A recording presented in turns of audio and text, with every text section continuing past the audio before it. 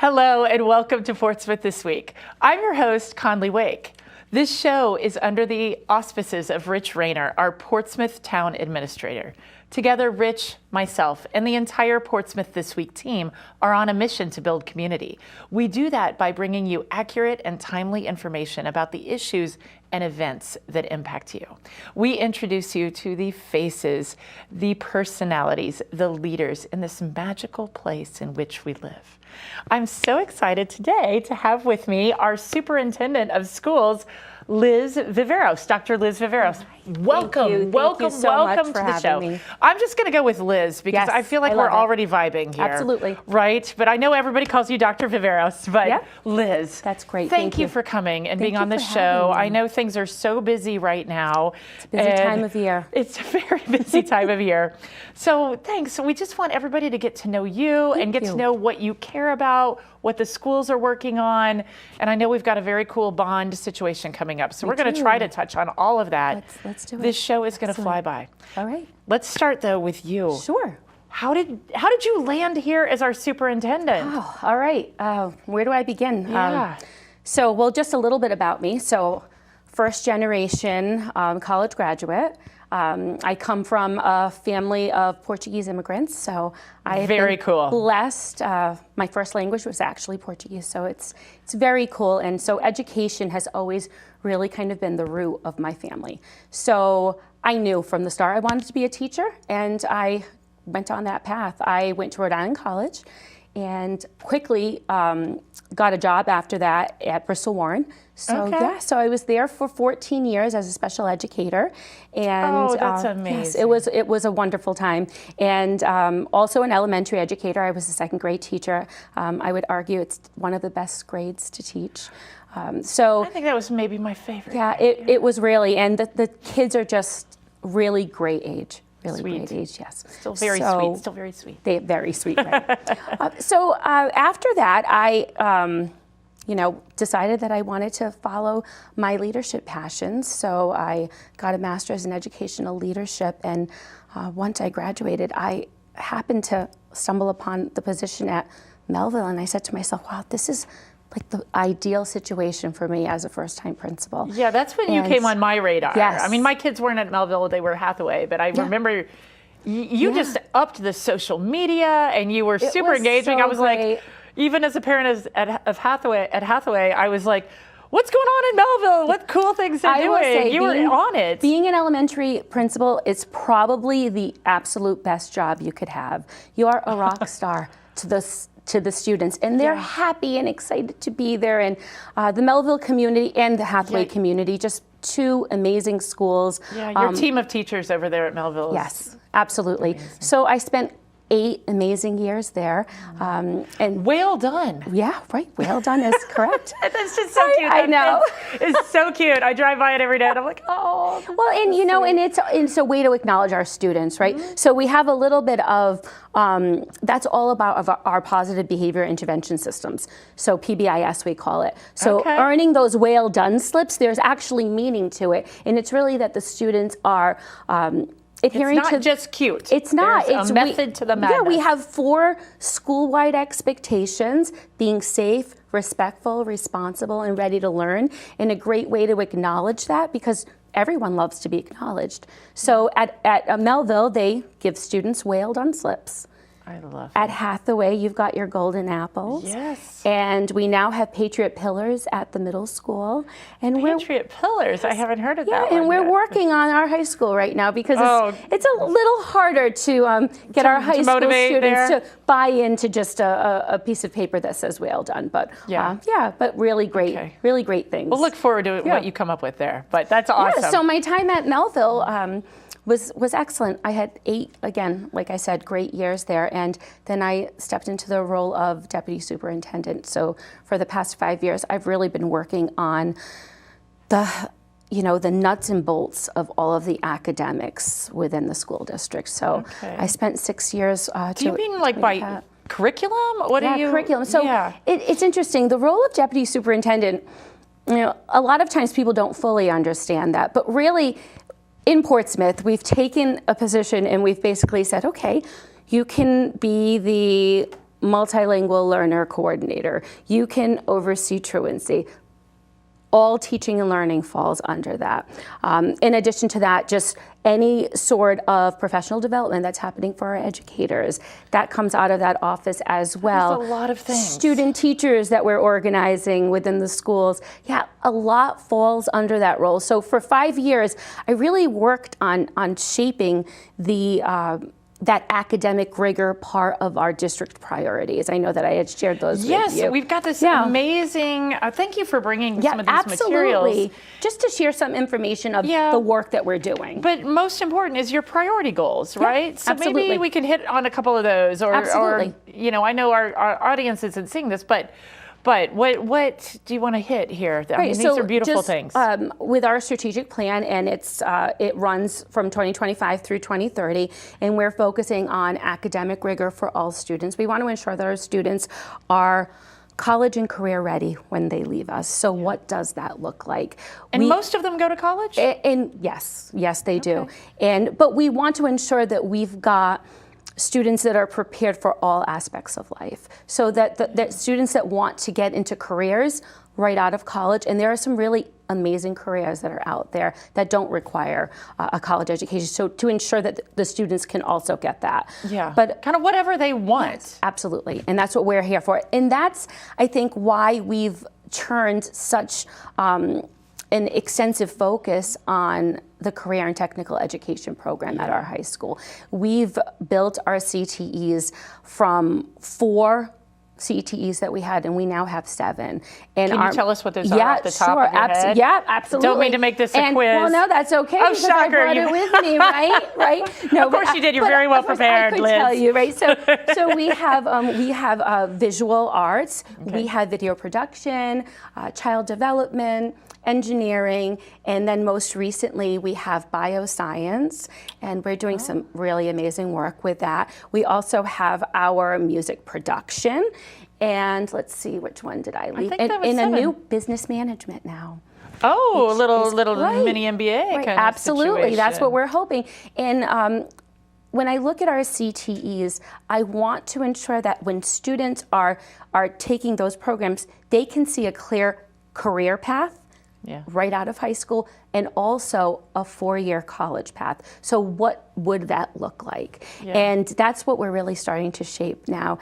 And it's great because those programs are now opened up to neighboring high school students, so they can apply to become a Portsmouth Patriot and attend school. So somebody in from Portsmouth. Middletown or Tiverton or wherever, if they need that in their lives, that's beautiful. It is really great. So that's a part of our academic rigor for all, just kind of bringing us back to these. Yes, but that was goal 1. We got others. What else? So staff wellness and development. I think that we've all, especially. Are you burning out? Is this stuff? I just think it's been hard. It's a tough job, right?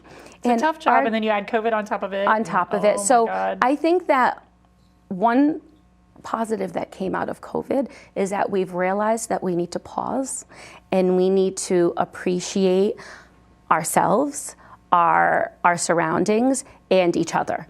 And how do we do that? So with looking at our staff in not just looking at what can we do for professional development, how can we get more out of you? We also want to step back and say, what can we do for you? So that's where the wellness falls in, and that's been a focus of ours this year, is really trying to kind of give back to our teachers. What kinds of things can you do to? Sure. So sometimes it's just the gift of time. Really being sensitive to the fact that we have our teachers, and we try to do so much within their day, on top of them being with the students, ensuring that they're getting the professional development that they need, right? They also have to prepare their lessons.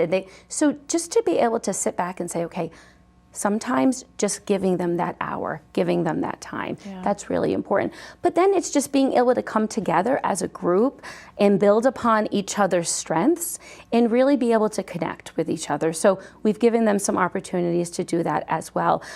And we've had some pretty big initiatives district-wide and statewide. With the Right to Read Act, we needed to ensure that all of our teachers pre-K through 5 had science of reading instruction, and they were able to support our students and all special educators. So that was a big undertaking for us, and that's like a part of the professional development. And then at the elementary level, they're unique because they teach all content areas. So we kind of have to support them. Right, that's tricky, right? It's tricky, and I think professional development becomes tricky with that as well. But being an elementary teacher is just, you're so very used to it. Then you've got middle and then high school, which we start to move towards content-based professional development. So those are areas, when I look at staff wellness and development, those are all areas that we've targeted. And that really goes into the next 2 priorities, which are student well-being and family engagement. And how do we support our students, not just academically, but social emotionally? How do we meet our families and support them as well? And really focus on that collaborative community model. So you've been an educator for so long and in a leadership role. What 28 have you seen, years. What kind of trends have you seen along those lines over these years? Like what's emerging now that you're like, I need to rise to meet this? It's, as far as student well-being, this is not just here in Portsmouth, it's not just in Rhode Island, I think, and it's not just with students, right? When we're looking at the mental health crisis out there and how to really support each other, again, we need to ensure our students are ready to be educated. And how do we do that? We do that by supporting their social and emotional needs. Yeah, and so is the issue around social media, technology, like what's causing this mental health crisis? And if I knew that answer, right? I probably wouldn't be sitting with you, Conley. Right. No, I mean, I do think that social media impacts our students' mental health. It is not like it was when we were in high school. Not at all. Right, and I think that I think I was passing notes maybe still, right? That's what we were doing. God, right? And now we know, like our students know where their friends are at all times. Whether they were invited to be with their friends, whether they were not invited, what's happening. Everyone's life looks really great on social media, right? So I think that there's a stress to it's that. A lie, right? It's right. It's such a stressor. So we do have to support our students. We also can't turn a blind eye and say that, well, then not having social media or you can't pretend it doesn't exist. It's like, how do you mitigate risks around it, right? And districts are working with that right now. I think that it's conversations that we continue to have. We've revisited our cell phone policy now quite a few times, and just what does that look like at the high school? Currently, our students can't have their cell phones in their classrooms while they're learning, but we do allow them to have access to their cell phones in the halls and in the cafeteria. And just now we're starting to look at that and say, okay, what's our next step? Do we need to pull the cell phones a little bit more? And then it's the struggle of how do we keep up with that? Yeah, and I'm sure you've got a lot of opinions about that you manage.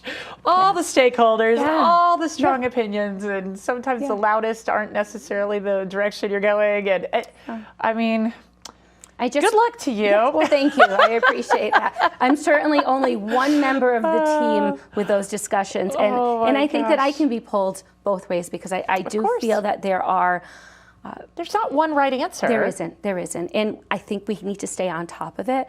I want to give our students as many opportunities as they can have. That does not include technology or social media or any forms of the internet, but yet we do have to incorporate it. And then, with AI now and all of academic integrity and what does that look like? And now we need a policy for that as well. So we're working on that. Oh my goodness. All right. So we hit 3 and 4. What's the last? Well, the last one falls right into our conversations of next steps for facilities. Okay, tell me about within our that. district. What do we need here? We've got 4 incredible buildings, really good bones. Our elementary schools were a big part of our last 5-year capital plan, and we did some really great work in the schools. And now we need to start looking at our middle school and other parts of our high school. We had some roof issues at the end of the school year last year. At the high school. At the high school, and we certainly don't want to see that again. Yeah, so, and what was the solution on that? We basically had to move some classrooms out. We had to move some classrooms. Kind of trailer, like. No, we portable? Actually, within the school itself, we were able to move some classes, but we actually got really creative in ways to reroute water. Actually, we had some of our engineering students design some really creative ways to get the water that was coming in through some of the ceiling tiles into our sinks. But that said, we were able to repair that roof with, thanks to the town and the support that they gave us. And so we don't want to end up in a situation like that again. So when we think about areas that we want to support in the next bond, we certainly want to have a focus on ensuring that our middle school and the rest of our high school roof is completed. But when we look at our middle school, that is our main focus for this next 5 years. Yeah, I was just kind of looking at some projected budget, and when you think about this bond, at least 3/4 of it needs to go toward the middle school, right? It does. It's on that magnitude. It is, and that's only taking the 8th grade learning center of our middle school. So that's really important.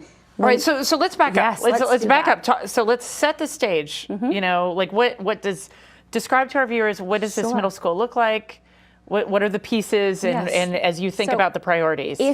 And I would say to the viewers, if you have not toured the middle school in the last 5 years, feel free to touch base and we can set up some tours. I actually would like to set some things up possibly throughout the summer and early fall. Engagement. And just to get community members into the school, because lots of times they're like, oh, I went to school there 25 years ago. It's perfect. And I think that it's important for us to get into the school. Again, the building itself is excellent.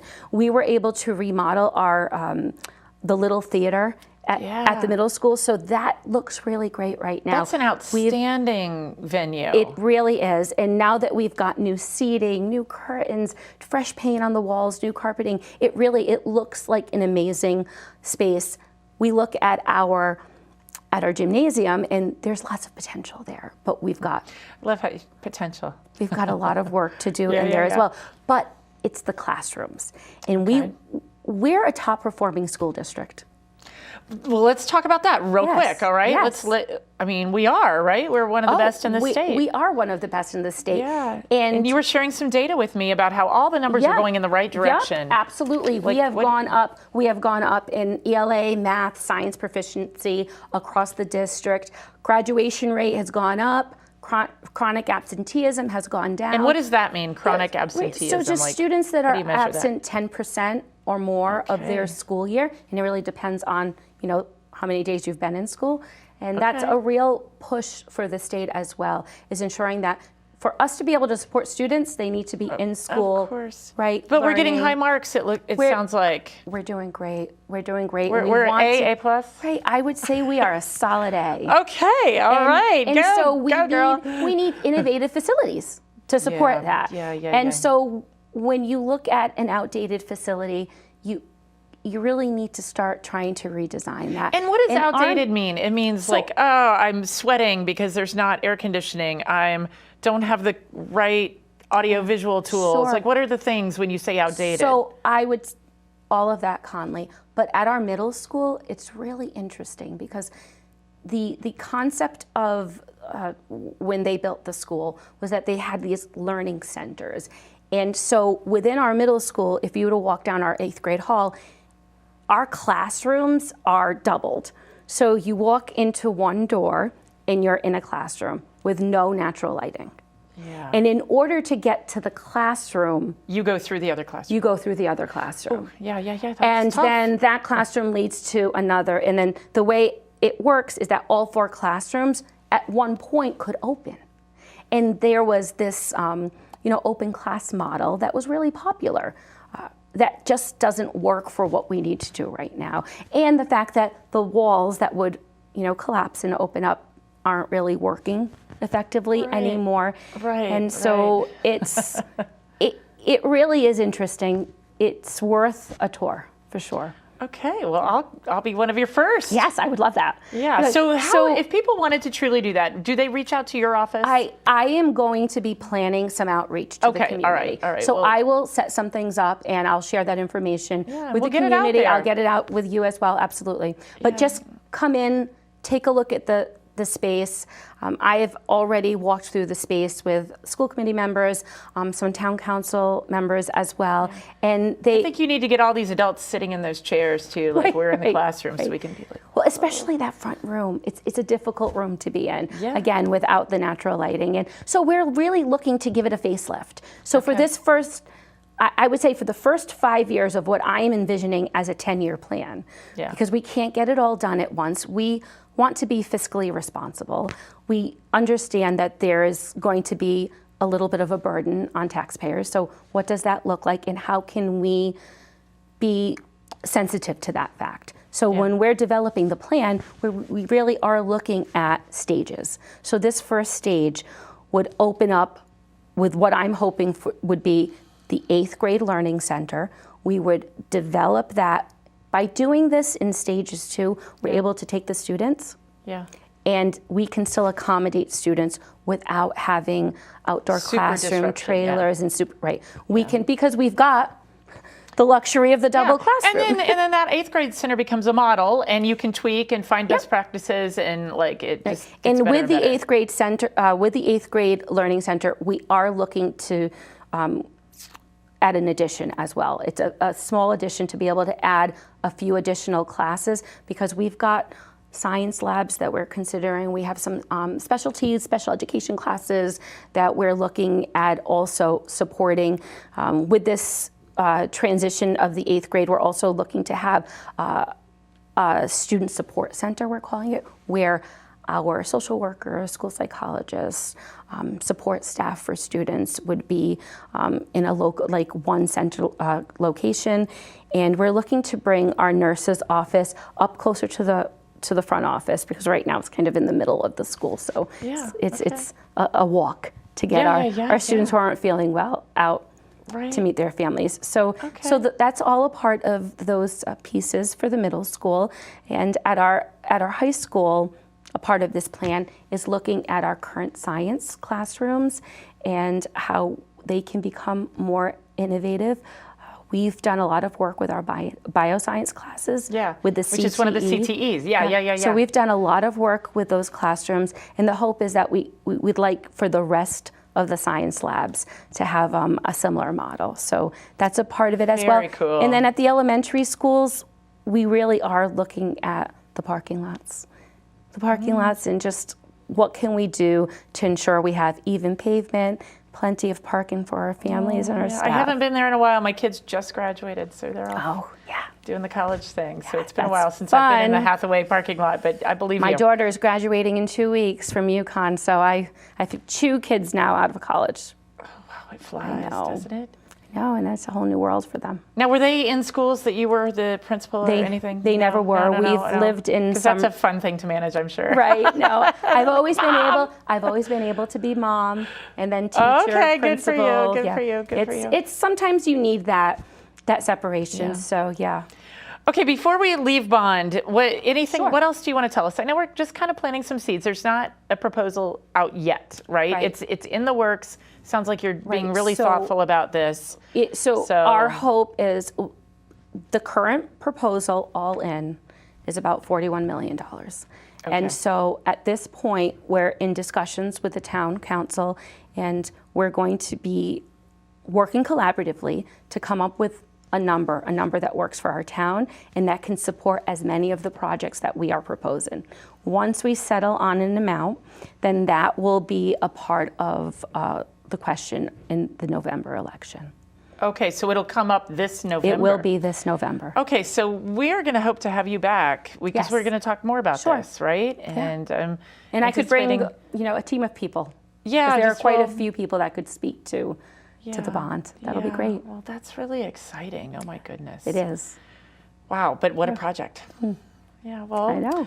Well, I'm glad you're at the helm here. Thank you. You know, we've just got a couple minutes left. I would love to hear, I do a lot of work with our special education community, and you must miss that a little bit, right? And that must be near and dear to your heart. And so when you think about, you know, all of the awesomeness that's happening and making sure that that particular community feels integrated, and what comes to your mind when you think of all of that? Again, I had said earlier that that's where I started my career. I was a life skills teacher working with students who had some significant disabilities, and we need to have programming that will support them to become lifelong learners and to support their academics and to support their emotional well-being. So when you look at programming for special education, there isn't one specific program, because we have students who have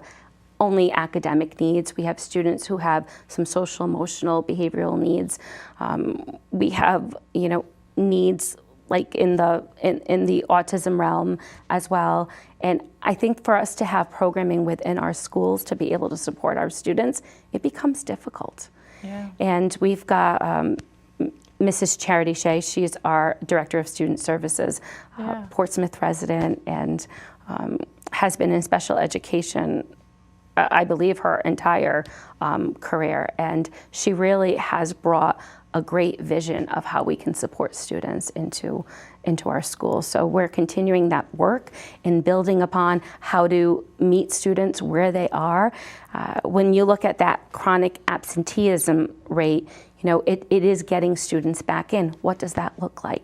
That doesn't always look like 5 full days a week, right? And it's having those sensitive conversations with families and being able to come up with a plan for each individual student. Right. Oh, good work. All right, 1 minute left. What's the call to action to our viewers? What would you like to see them do after watching this amazing show? Sure. Well, honestly, I want them to continue to support this incredible district. We truly are blessed to have the support of our families and our community members and our teachers and our leadership and the council and the school committee. And so just keep doing the great things that you're doing to support us, and we'll keep working hard to ensure that your Portsmouth pride is true within our school district. Oh my gosh. Yeah. Wow. Thank you. Chills. Thank you. Liz, thank you. I can't believe that was already 30 minutes. I know. It always flies by. So please come All right. back. Yes, absolutely. Thank you. Wonderful. This has been Portsmouth This Week with my guest, Dr. Liz Viveiros, our Superintendent of Public Schools here in Portsmouth. Thanks very much. See you next time.